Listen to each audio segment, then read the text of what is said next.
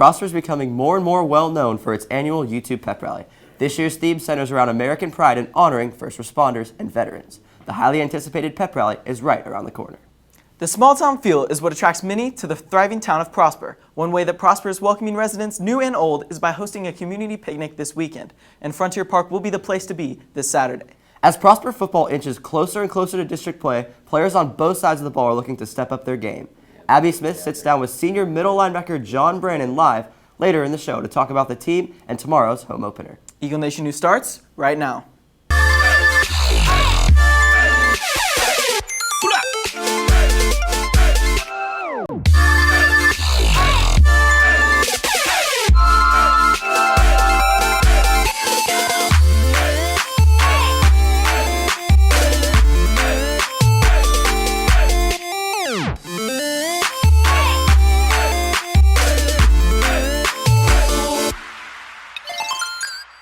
Good morning, Prosper High School. Today is Thursday, September 8th, and I'm Cordy. And I'm Brendan Bonaparte. Here are today's top stories. This Saturday, Prosper will be holding its 5th annual community picnic. There will be food, drinks, and activities such as laser tag, rock walls, and inflatables. Also, there will be a canned food drive and a sock drive, so do not forget to donate. The USA Pep Rally is one of the most popular pep rallies every year. This year will be taken to a new level, as it is the pep rally featured on YouTube. Do not forget to wear red, white, and blue. Mr. Wright, however, said that the special t-shirts with his face on them are not to be worn. Although the football team has got off to a rocky 0-2 start this season, they are hoping to rebound at their home opener this Friday. The Eagles play Frisco Liberty at 7 o'clock tomorrow. A lot of you may have noticed some new teachers running the classrooms here at PHS. That's right, Luke. With the increase of students comes the increase in teachers, which means a lot of new faces grading your papers. Elizabeth Kirsch has more. With the district constantly expanding, additional teachers are needed to balance with the increasing number of students. The district has hired 56 new staff members in order to fulfill the requirement. Due to limited number of classrooms, some teachers are always on the go. It's my first year teaching forensic science, wildlife management, and floral design. You know, I really like not having a permanent classroom. It makes the day go by really quickly. It gives a change of scenery, and it works for each of my different classes. So when I'm teaching forensic science classes, I get to be in those environments. When I'm teaching agriculture classes, I get to teach in those environments. So it's very helpful to me. As a graduate of Prosper High School, Loving has seen the growth of Prosper throughout the years and is now experiencing it firsthand. I went to Prosper High School, so I'm a proud Eagle. I graduated in 2010, so I was the first graduating class of this building. So it's really cool to come back and see how much it's grown and developed, because when I graduated, we didn't have all the classrooms even built yet. So now we're at max capacity, and we are, you know, even the teachers are trading classrooms. So it's really cool to see how much we have grown. You see a bunch of neighborhoods now that when you first rolled into Prosper, you never saw. It was just a bunch of cornfields. So it's really neat to see how the businesses have come in, and the students, and all the housing developments. And it's amazing to see how much growth that this area has embraced. Loving has a unique angle on student life in Prosper and hopes to guide her classes through the many opportunities presented by the school. You know, growing up in Prosper, I was able to kind of face some of the same challenges that I think that Prosper kids face today. I want to kind of bring the perspective, like, you have so many opportunities here, and really take advantage of everything that you can, because there are very few places, even after high school, that are as great as Prosper. For Eagle Nation News, I'm Lexi Curitan. After the commercial break, Claudia Yates gives us a preview on what the USA Pep Rally is really all about.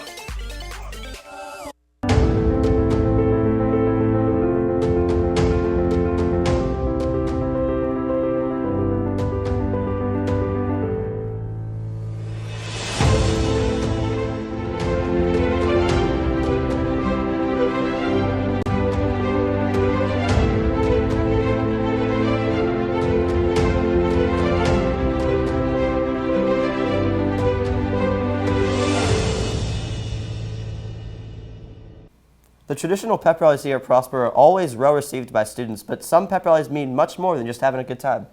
Absolutely. Pep rallies can be fun and all, but the ones that really make you stop and think and be thankful for your surroundings are the ones that hit home. Claudia Yates has more. This empty gym will soon be filled with red, white, and blue decor everywhere and attending veterans and who we will be honoring this upcoming week. This Friday we'll be transforming this arena as we remember 9/11 this upcoming pep rally. Us personally, we greatly appreciate it. Not only does it makes us feel good, but it helps us to remember the people up in New York. It's not something that we have every day, so it's impacted the fire service substantially. 9/11 was a tragic disaster that affected not only the people inside those Twin Towers, but it affected America. The firefighters have always been a family of choice, kind of almost like the biggest fraternity that you've ever heard of. I think all firefighters, when 9/11 happened, felt like they lost a part of their family. So from that aspect, it was almost like we lost one of our own. So we bound together even tighter than we were before. We in Prosper would like to show our appreciation for all veterans and public service officers by dedicating this pep rally to remember 9/11. It's awesome that all the schools, the community, and everybody still, after such a long time ago that it actually happened, still come together for the date and remember the actual occasion of what actually happened. All community and service members are welcomed and encouraged to attend. With Eagle Nation News, I'm Claudia Yates. And now here's Ethan Burden with your daily social media update. I'm Ethan Brannon here to give you your last dose of social media for the week. We'll start off with your daily poll. Last night I asked what you do before you get home. Dang it. 6% answered go to work, 46% answered take a nap, 18% answered homework, and 30% answered sports or other. And now here are some people that submitted their old yearbook pictures using the hashtag ProsperTBT. First we have the one and only Abner Murillo _. Thank you for that. And then we have Buck Sarate 98 with his beautiful submission. Thank you for everyone who tweeted at us. Also, could Instagram be the new Snapchat, and are more people using Instagram stories now? We will have more on that on Monday. And then starting after the show, use the hashtag PHSSphere and tweet us pictures of what you're wearing on tomorrow's dress-up day. Well, that's it for today. Don't forget to follow us on Twitter at Eagle Nation News. We're getting closer to that 3,000 followers mark, and for our 3,000 follower, we'll give away a $15 Chipotle gift card. I'm Ethan Burden. Today is National Nurses Day, and I'm doing greater things. After the break, Hannah and Dennis will have your 3-day forecast.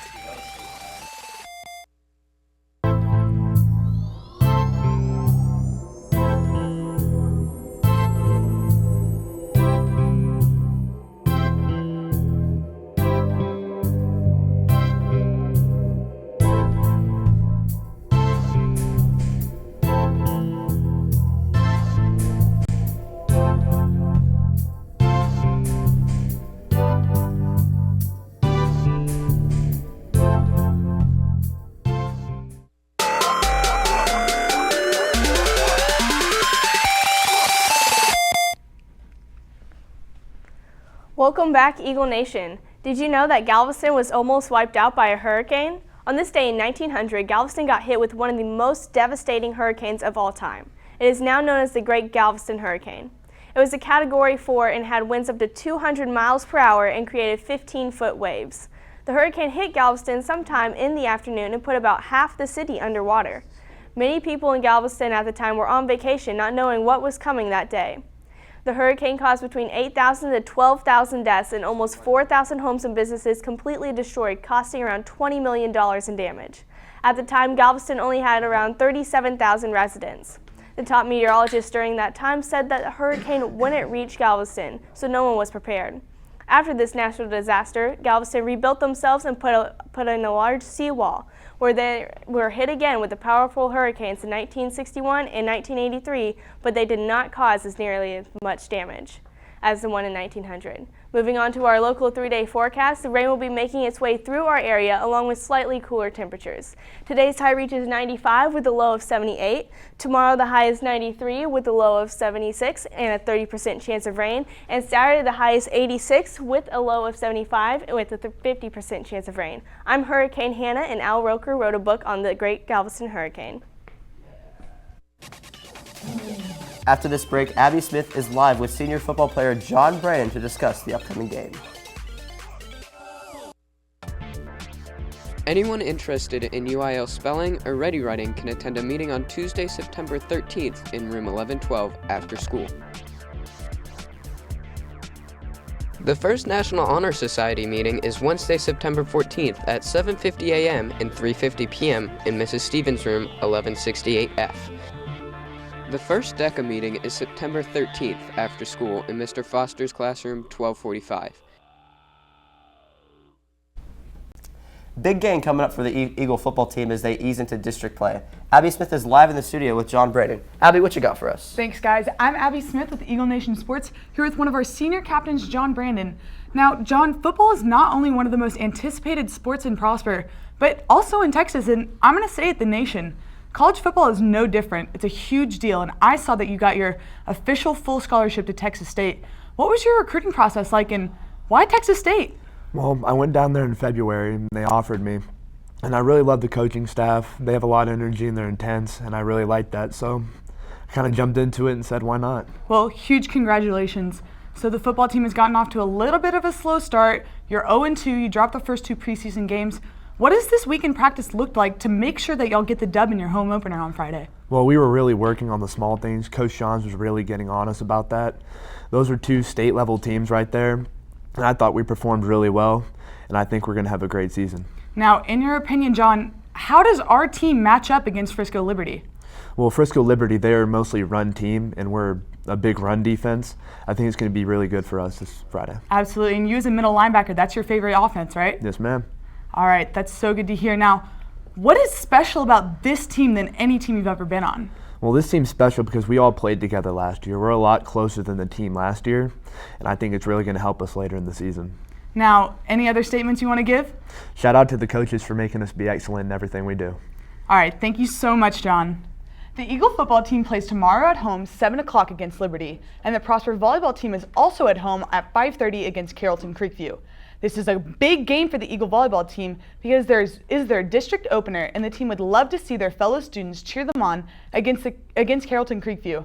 Our cross-country squad has a meet at 7 o'clock at Lynn Creek Park on Saturday. For Eagle Nation Sports, I'm Abby Smith. Back to y'all at the desk. Thank you, Abby and John.